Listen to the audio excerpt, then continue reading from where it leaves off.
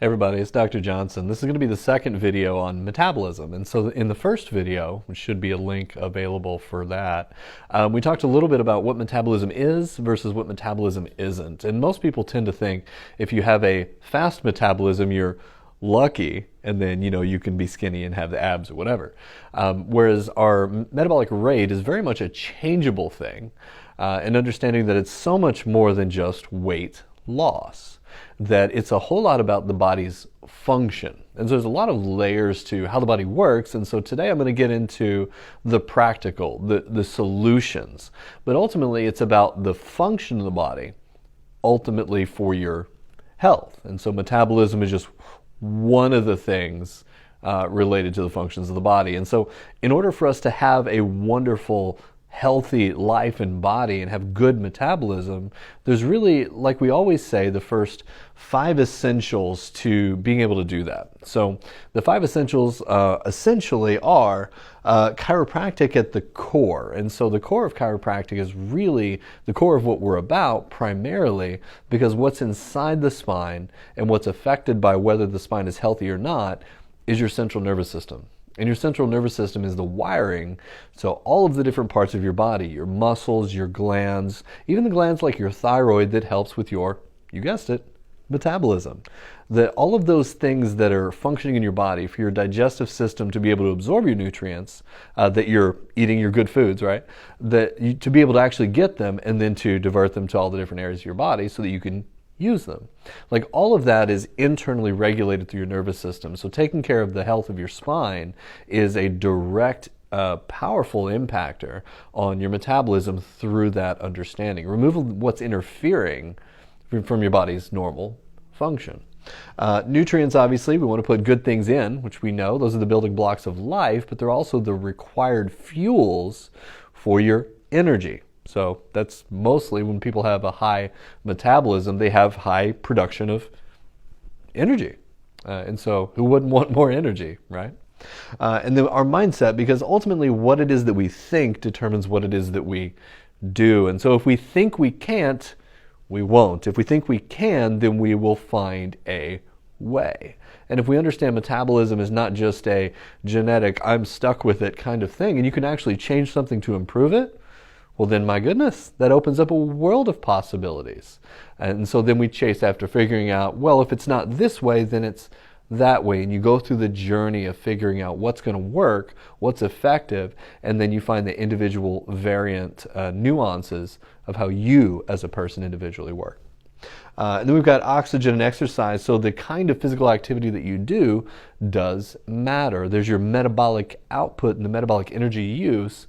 We talked about the different energy systems in the short bursts versus the long duration physical activity and the different energy and fuel sources for that in the last video. But you need to be able to produce the energy for it. And so you put that energy demand on your body by doing the activity, then your body adapts. And so when your body adapts, you build different aspects of your metabolism. There's the oxygen side of that, the oxygen and exercise, that is the metabolic aerobic side of things. There's the anabolic metabolic side of things. And then there's also the functional movement capacity. So to be able to do the things that you ultimately want to be able and capable of doing. That's that piece of the fitness world.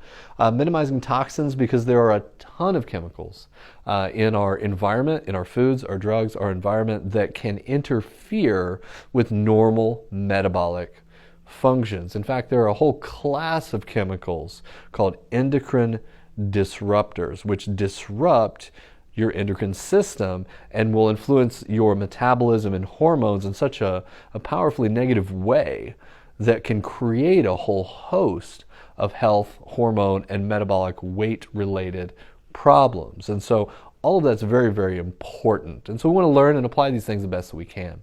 So let's go through some action steps. And so the 30-day challenge that Max Living put together essentially is you go hard at it for this duration, and then you find your next phase or step moving forward. So some practical things to do here. Step 1 is going to be a progress picture. And so this is probably the scariest thing for most people to start with. But if you don't know where you start, then how do you know how far you've come? For example, in a 5K race, I used to be a cross-country runner back in high school, and so there's a very clear starting line, and there's a very clear finish line. And so when you get to that finish line, because you know exactly where it started and it was a measured amount of a distance, you know exactly how far you went. And then they measured how long it took you to get there. So you have a very clear starting point. You have a very clear finish line. And so a progress picture is a very clear starting point from a visual standpoint for your physical transformation of your body. And so as awkward and uncomfortable as it is to have that first one, how powerful is it once you have that frame of reference for your second one, your third one, your fifth one, your progress down the line as you begin to make actual change? Because you may, for example, if you don't even measure your beginning weight, if your weight loss is your goal, then if you don't measure your beginning weight, you may have lost more weight than you realize because you started higher. Let's say you start at, 200 pounds. You want to get down to 170, whatever. If you start, but you don't measure it, and then you weigh yourself and it's 180, but you didn't hit your goal and you get disappointed, but you may not realize you didn't start at 200 like you thought. You were actually at 210. So you were starting, you've already made more progress than you thought, but you have no idea because you never measured to start with. So whether that be a progress picture, which is a great way to do that, awkward, difficult, but really revealing for progress or not. So certainly doing that one. A protein shake is super helpful because one of the biggest limiters of metabolic building and building your metabolism is enough protein intake, because the reality is most people just don't simply consume enough protein in their daily caloric intake. Most people tend to eat a lot of other things or low nutrient dense foods, but protein is one of those things that's huge for the nutrients that we need to amp our metabolism in general. So getting enough protein in and a clean source. This is why a protein shake, a good grass-fed whey like we have here at the office, is a great example, and there are others obviously, but that particular protein. Then of course daily supplements, those are huge to make sure that you have the basic micronutrients in things as well. So for example, some things like a multivitamin, which is hugely helpful, are omegas. Omega-3s are hugely helpful. Vitamin D, hugely helpful. And B vitamins, for example, is another super common one. And these are all kind of the core basis. But if you need some additional support in various ways, those are available. But getting your supplements in, getting your protein shake in, that's a great way to have a solid nutrient-dense base to move forward with. And then a couple of meals being more advanced plan. And so in some of our other videos, we've talked about nutrition and talked about the core plan and talked about the advanced plan. So the advanced plan, in a nutshell, is a clean, whole food-based diet where initially on the front end, our goal is hormone restoration. Our goal is losing some excess body fat. Our goal is restoration of health and a reduction of inflammation. And so in order to do that, we're going to be a bit restrictive in some categories. So we're going to be restricting things like sugar, things like grains, because a lot of grains have chemically sprayed stuff on them, as well as for many people, they're highly inflammatory. For example, many people are sensitive, if not even allergic, to gluten in wheat, for example. And so also they break down into sugar. They're just a more complex chain of sugars, and so sugar will raise inflammation, blood sugar, mess with all of that. And so that leads to another logical conclusion on the amount of sugar in fruits. We want to be very aware of that. So low sugar fruits, things like berries, Granny Smith apples, lemons, limes, those guys are fine on the advanced plan. But you want to avoid all of the sugary things that, to be honest, are not in season most of the time and don't even grow in your area. So it's not natural from that standpoint for your local culture and cuisine. because you live in that environment, things grow in that environment, you should use things in that environment in your habitat, but that's a whole other conversation. So point being, reduction of sugar, eliminating toxins, getting rid of grains, and making sure that you have enough protein is hugely helpful, but also making sure that you have adequate fat intake. For so many years, we were told that fat was the prime cause, that and cholesterol, of heart disease. And the reality is, the research just shows that it was absolutely not accurate. And so thankfully, because fat can taste pretty good, but you need healthy fats, not the processed vegetable oil, canola oil, those kinds of nasty trans fat laden things. We're talking about olive oil, butter, simple components like that are going to be natural. Even animal-based fats, things like, believe it or not, lard, duck fat, beef tallow, those guys, those saturated fats. Wait, saturated fat was the enemy. Thankfully, that's not accurate. But when we have adequate fats, it trains our body to, guess what? Use fat, burn fat as a fuel source. And so we need to make sure we have enough of that. Obviously not too much, but those are layers of things that may be counterintuitive, but that's the advanced plan in a nutshell. And so then we need to be drinking a ton of water. So, not literally a ton, but for those of you who are not used to drinking water as your prime liquid intake, it's going to feel like a ton. You're going to feel flooded. But if you think about it, if you're toxic on the inside and that's restricting your metabolism, like almost everybody is who is weight loss resistant, you need to rinse out your insides. Wash it. You wash your outside, why don't we wash our inside, right? Because that's where all the junk gets stored in our fat cells. We need to rinse it out. So drinking a lot of water, and by a lot, half your body weight in ounces is a good rule of thumb. So half your body weight, let's say you weigh 200 pounds, you need to drink 100 ounces. Pretty straightforward.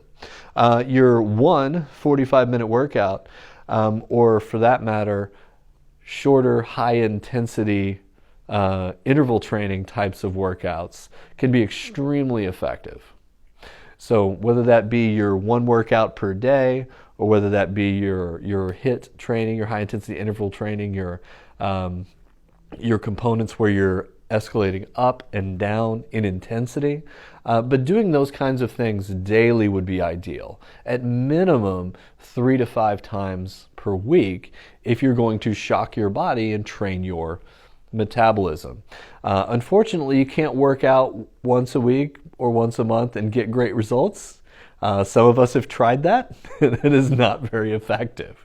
And so you need to make sure that you're doing regular things, you're putting adequate intensity into it, and there's certain types of metabolic training that are going to be more effective. This is not a sit at low intensity on the treadmill type of thing. That's actually, from a hormone standpoint, going to be counterproductive if you're not doing the shorter burst, more intense things to counter the hormone responses.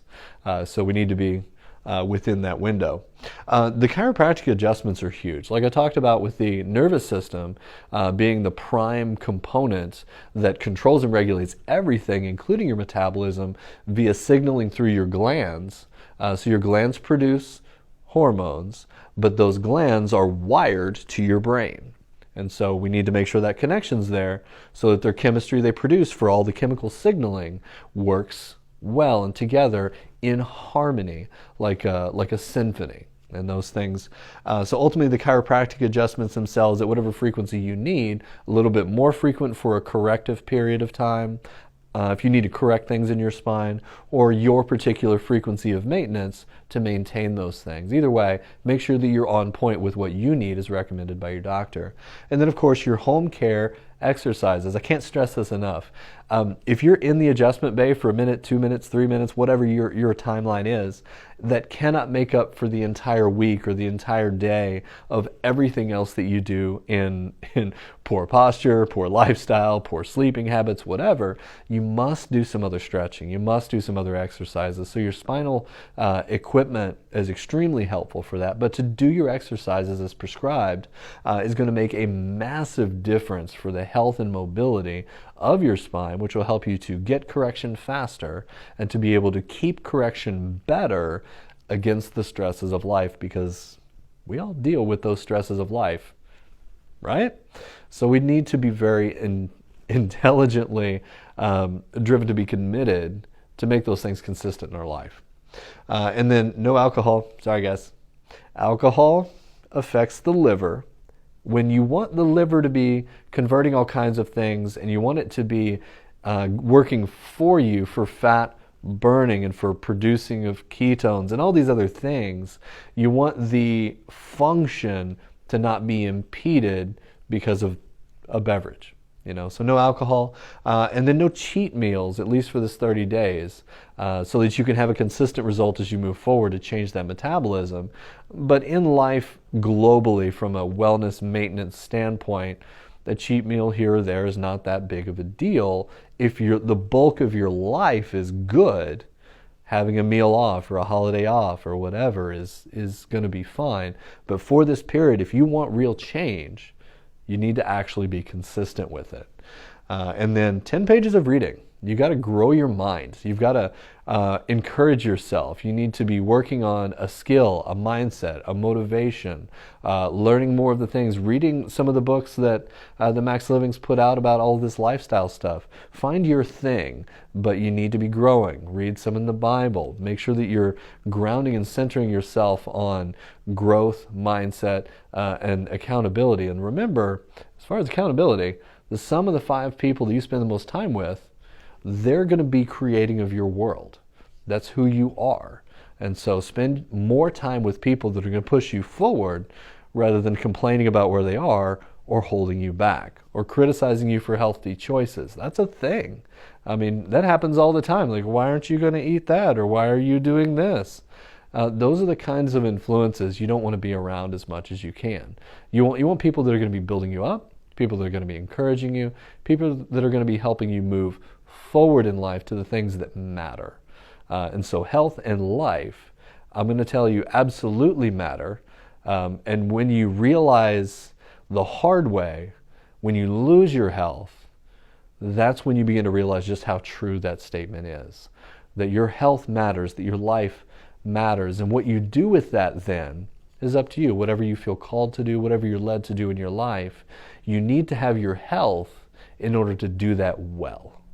So please take ownership of it. But we'll give some more information on this. If you need some help in metabolic things or metabolic testing or some direction and encouragement in these things, feel free to reach out. But our heart is to help you, give you some directions, have you to continue to grow and move forward in life. And I hope to see some great results from you. Have a blessed day, guys.